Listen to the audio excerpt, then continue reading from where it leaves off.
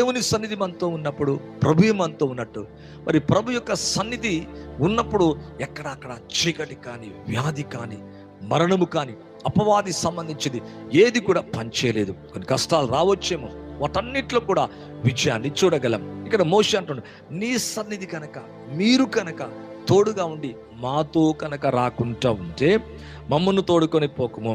నా ఎడల, నీ ప్రజల ఎడల నీ కటాక్షం కలిగిందని దేని వల్ల తెలియజేయబడును? నువ్వు మాతో వచ్చుట వల్లనే కదా. అవును, ఈ సంవత్సరం ప్రభు నీతో కూడా ఉండబోతున్నాడు. తన సన్నిధి నీతో ఉంచబోతున్నాడు. ముఖకాంతిని ప్రకాశింప చేయబోతున్నాడు. అన్నిటికంటే ముఖ్యముగా తన మంచిని నీకు కనపరచబోతున్నాడు.